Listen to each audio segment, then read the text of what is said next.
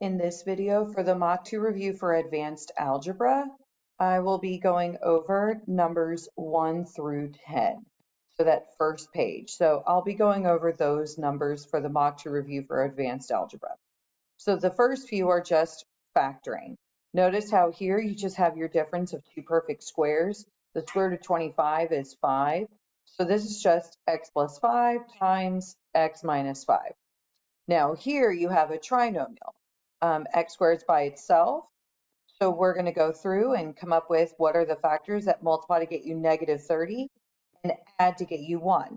Now keep in mind, right, you're multiplying to get a negative. So now that means the signs must be different. So what factors could we use for 30 but add to get us 1? Well, keep in mind the signs are different, right? So we're going to end up subtracting 6 and 5. So which needs to be positive, though, to get us positive 1? 6. So x plus 6 times x minus 5. Now number 3. This is another difference here with our two terms, but notice you do have a GCF.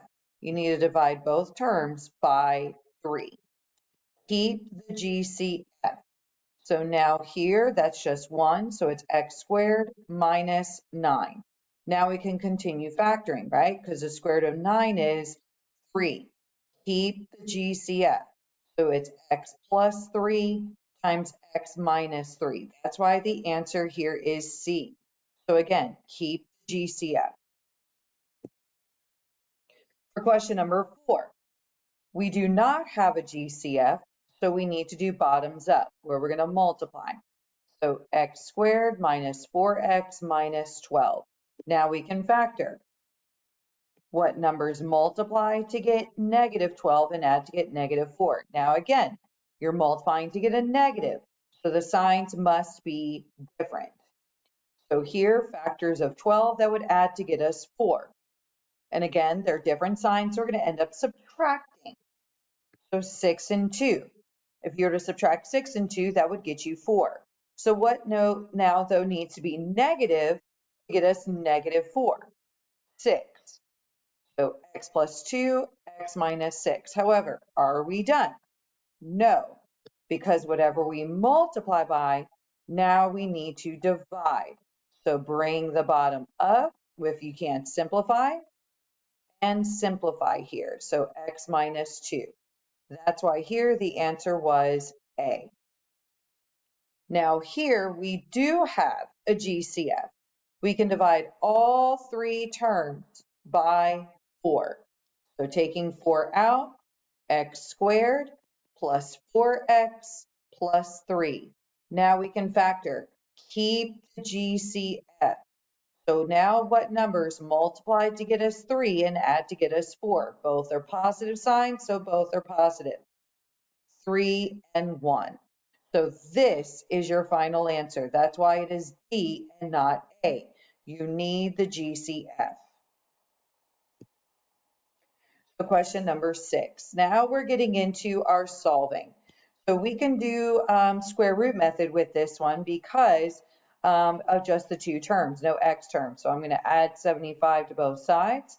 Now you could have also solved this one by factoring. 3x squared is equal to 75.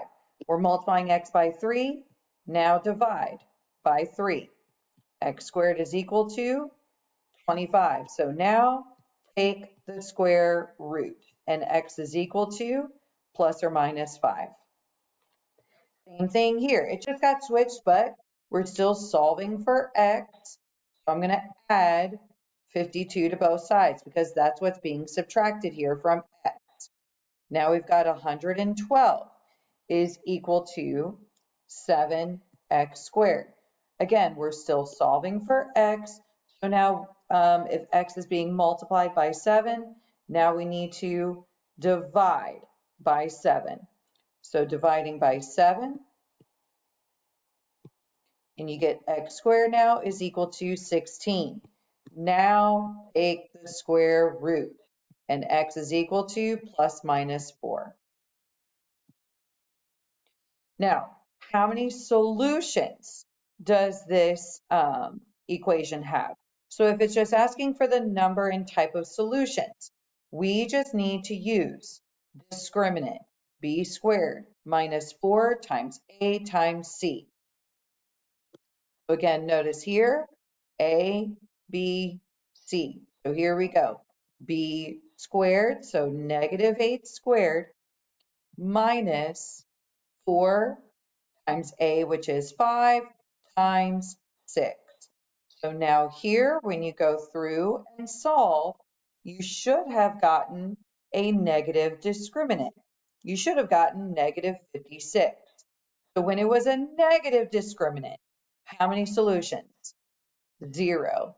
So it did not cross the x-axis. So there are 0 real solutions for this one. Number 9, again, we're solving. Notice how we have to, though, first distribute and multiply x here. So x times x is x squared, minus 9x is equal to 36. Now we can't start solving it, right? Because this must equal 0. So we're going to subtract 36 from both sides. X squared minus 9x minus 36. Now we can factor.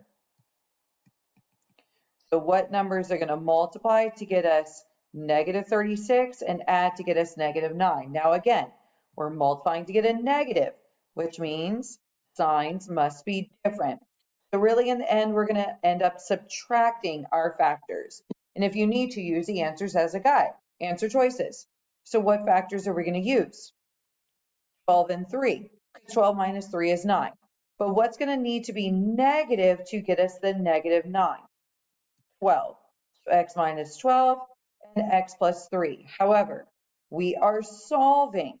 So x is equal to negative 3 and positive 12. That's why the answer here is B. Now, question number 10. We could go through and factor, but I'm going to use the answer choices as a guide, and what do you notice? We're going to end up using quadratic formula here. So this cannot be factored. So we are going to go through first and identify our discriminant. It's equal to 0, so A, B, C. So B squared, which is 7, minus 4 times A, which is 8, times C, which is negative 3. So now being careful, right, when you put that in the calculator, you should end up with 145 as your discriminant. So looking at the answer choices, using that as a guide, what answer choices could we mark off and say better not choose it? C and D, right? Because we need a discriminant of 145. Now let's keep going. So x is equal to negative B, which is 7, plus or minus radical 145 over 2 times A, which is 8. So now notice here, we still have negative 7, no canceling out. Negative 7 plus or minus radical 145, because you can't simplify, over 16. That's why the answer here was B.